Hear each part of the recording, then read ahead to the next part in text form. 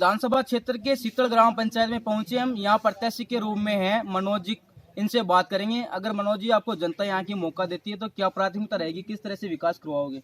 शिक्षा, चिकित्सा, सफाई व्यवस्था, इस बारे में ज़्यादा से ज़्यादा ध्यान रखेंगे। किसानों के लिए हमने पहले भी बहुत कोशिश किया और अब पशुओं को किसानों के साथ रहते हैं, पहले भी व्यवस्था की है, आगे भी नंदीशाला बनवाएंगे और उसके लिए हमने रजिस्ट्रेशन भी करवा लिया है और सरकार से सब्सिडी लेके गांव के अंदर गौशाला खुलाने की पूरी कोशिश करेंगे। व्यवस्था कराई जाएगी। सफाई व्यवस्था चकनाचूर है यहाँ पंचायत की, इसलिए इसी मुद्दे के लिए चुनाव लड़ने के लिए तैयार हुआ, प्रत्याशी की तैयारी की और सफाई पूरी करी। युवाओं के लिए जो सरकारी भूमि है उस पर हर जगह 3-4 जगह सरकारी भूमि है, बोलियाँ रानी है, रामलालपुरा है, चिथलबनी है और भी एक जोड़ी है बोलियाँ रानी की। सभी जगह युवाओं के लिए खेल मैदान की तैयारी की जाएगी। व्यवस्था के लिए जो स्कूल बंद पड़ी है शहीद मनीराम, उसको शुरू किया जाएगा और जो सीनियर स्कूल है अपनी पंचायत की, उसकी फैकल्टी को बढ़िया बनाने के लिए साइंस से सब्जेक्ट चालू करा जाएगा। केंद्र और राज्य सरकार की जो भी ज़्यादा से ज़्यादा योजना आती है उसको ग्रामीणों को धरातल पर उतार कर ग्रामीणों को लाभ दिलाया जाएगा। सरकारी योजना का ज़्यादा से ज़्यादा लाभ दिलाया जाएगा।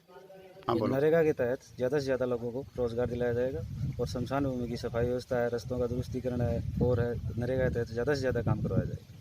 केंद्र और राज्य सरकार की योजना का जो भी पैसा आएगा सभी ग्रामीणवासियों की नज़र में सबको पूछकर काम किया जाएगा। पंचायत में ज़्यादा से ज़्यादा काम करवाया जाएगा, कोई भेदभाव नहीं रखा जाएगा। पंचायत के अंदर सभी लोगों को रोजगार दिलाया जाएगा।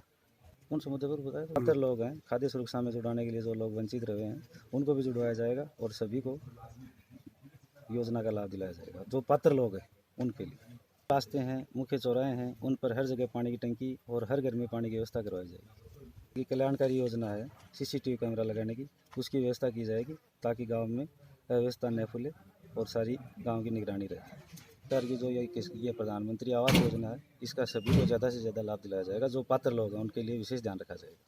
पंचायत में जितने वार्ड पंच हैं उन वार्ड पंचों का ध्यान रखा जाएगा, उनको हर वार्ड की समस्या पूछी जाएगी और उनसे पूछकर जो भी काम होगा वो किया जाएगा और खुद जाके सभी वार्ड पंचों को मोहल्ले में जाके सारी व्यवस्था जो समस्या है उसका समाधान करने की पूरी कोशिश करेंगे। स्वास्थ्य केंद्र खोलने की पूरी कोशिश की जाएगी।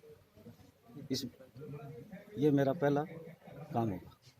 जो भी लोग हैं उनको यहीं गाँव में चिकित्सा व्यवस्था की जाए तो यहीं लाभ ले सकें, बाहर न जाना पड़े। वासियों से मेरी नम्र निवेदन है कि ज़्यादा से ज़्यादा मतदान करें और शांतिप्रिय मतदान करें और सरकार की जो गाइडलाइन है उसका मास्क लगा के निडर होकर मतदान करें। कुछ ग्रामीण हमारे साथ हैं, इनसे भी बात कर लेते हैं। आपको क्या अपेक्षा, कैसा सरपंच होना चाहिए आपकी पंचायत में?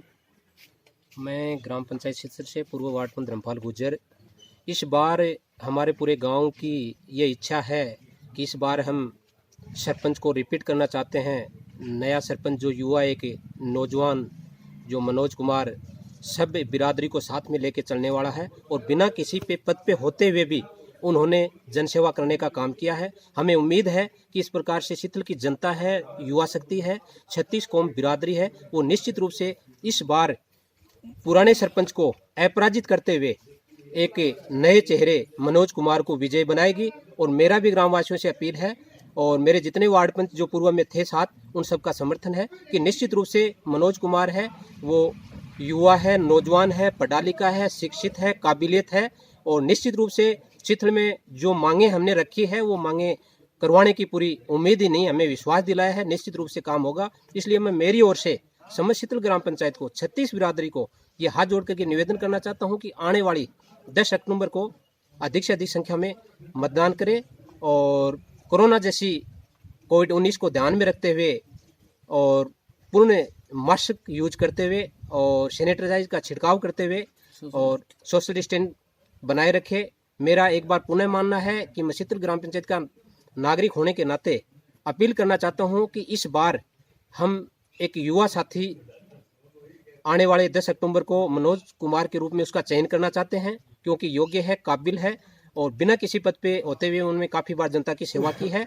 नरेगा जैसे कार्यों को देखना या गौशाला खोलना और या स्कूल शहीद मनीराम स्कूल को पुनः चालू करना, ये उनकी प्रमुख मांगे ही नहीं, अहम उनका मुद्दा है और जो मुद्दे उन्होंने बताए हैं निश्चित रूप से होंगे। और जहां तक मेरा मानना है कि जनता इस बार शीतल की ग्राम पंचायत में परिवर्तन और बदलाव करते हुए इस बार निश्चित रूप से एक युवा चेहरे मनोज कुमार को विजय बनाएगी। हमारे साथ पूर्व सरपंच जी भी हैं, इनसे भी बात करेंगे। सरपंच जी, किस तरह से धरातल पर केंद्र सरकार और राज्य सरकार की योजनाएं हैं वो नहीं पहुंच पाती है और इस इस बार किस तरह से क्या रहेगा? जैसे हमने मनोज कुमार को चुना है, हम वो सरपंच बहुत सी है और ज़्यादा से ज़्यादा लोगों को हम हर योजना से जोड़ने का पूरा लाभ दिलवाएंगे। जो भी मामले के अंदर रुके हुए हैं उनको भी सुलझाने के हमारे में नौजवान सरपंच होना से मनोज कुमार को हमने ग्रामीणों ने सभी जातियों को 36 कौमों ने लेकर के साथ चलने वाले हैं और जो भी समस्या गांव के अंदर है, चिकित्सालय की है, स्कूल की है, शहीद मनीराम की है और भी स्कूलें, कॉलेजें, हॉस्पिटल खुलवाने की पूरी सहयोग रहेगा। सरकार की जो भी योजना आएगी ग्रामीणों को ज़्यादा से ज़्यादा हम लाभ दिलवाएंगे और सभी वार्ड पंचों को साथ लेकर के चलेंगे।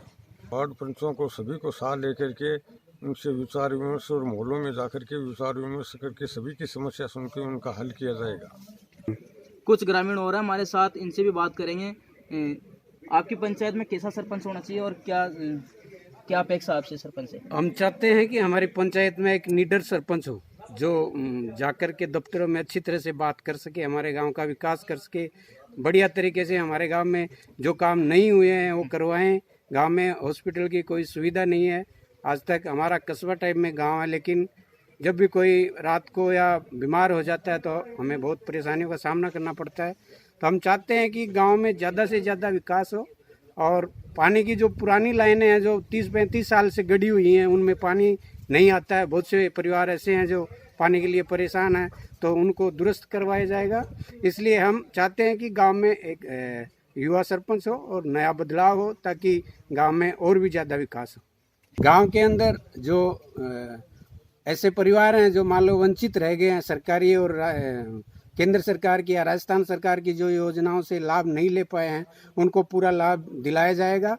हर वार्ड में जाकर के उनको उनकी खोज करके हर वार्ड पंच से या सरपंच से निवेदन करके गांव के स्तर पर उनका ज़्यादा से ज़्यादा उनको सुविधा दिलाई जाएगी। किस तरह से आपको क्या अपेक्षा, सरपंच कैसा होना चाहिए आपकी पंचायत के अंदर? हमारा सरपंच ऐसा होना चाहिए जो गांव की समस्याओं को लेकर के अधिकारियों तक पहुंचा सके, उनको अच्छी तरह से रख सके, उनके लिए लड़ सके और सभी को साथ लेकर के चले और योजनाओं को ज़्यादा से ज़्यादा फ़ायदा दिलाए और केंद्र और राज्य सरकार की जो योजनाएं हैं उनको ज़्यादा से ज़्यादा जो वंचित रह गए हैं उन तक पहुंचाए।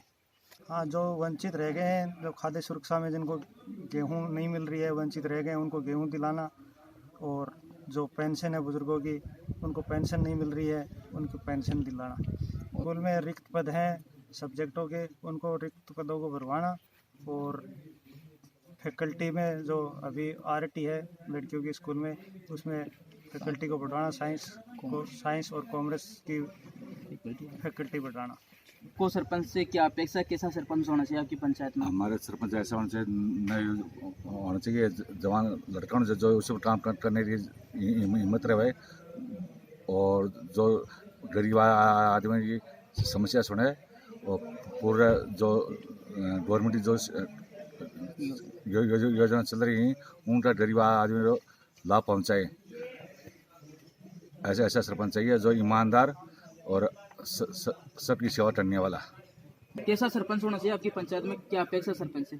हमारा सरपंच निर्भीक और निडर होना चाहिए और 36 कौमों को साथ लेकर के चलने वाला होना चाहिए। कई योजनाएं ऐसी थी जो गरीब तबके तक नहीं पहुंच सकी, तो हमारा मेन मकसद यही है कि उन तक उनका लाभ पहुंचाया जाए।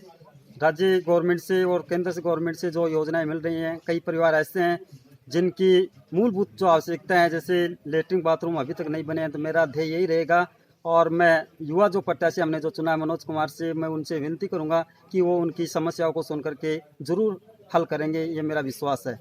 गवर्नमेंट जो स्कूल में आर्ट्स से फैकल्टी है उसमें भी कई सब्जेक्ट ऐसे हैं जैसे सोशोलॉजी, हिस्ट्री है, तो मेरा मेन ध्येय ये रहेगा कि हम और भी सब्जेक्ट जुड़वाने की कोशिश करेंगे और साइंस फैकल्टी का अभाव है वो भी जोड़ने की प्रयास करेंगे ताकि हमारे बच्चे हैं वो गाँव से बाहर न जाएँ, उनको यही सुविधा मिल जाएगी।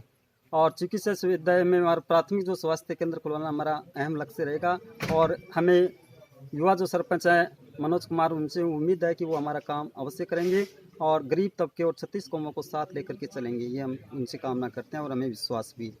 हमने जो युवा सरपंच मनोज कुमार को जो चुना है और राज्य सरकार से और जो केंद्र सरकार से जो कई योजनाएं ऐसी चल रही हैं जो कई भूतपूर्व सरपंचों ने जो गरीब तबके को नहीं बताई, हमारा प्रयास ये रहेगा कि हम उनको ये योजनाओं को बताएंगे और जितने भी वार्ड पंच रहेंगे उनसे विचार विमर्श करके और जो वास्तविक रूप से जिनके मूलभूत जो आवश्यकताएं जिनमें कमी है उनको हम साथ लेकर के चलेंगे, उनको जोड़ेंगे। और जैसे गरीब व्यक्ति जिसकी पेंशन नहीं मिल रही है और जिनका उनको पेंशन दिलाएंगे, और विकलांग जो व्यक्ति हैं उनके लिए भी हम ज़्यादा से ज़्यादा कोशिश करेंगे, पेंशन से विहीन है उनको पेंशन से जोड़ेंगे और मूल जो भूत जो आवश्यकताएं हैं उनकी पूरी करेंगे।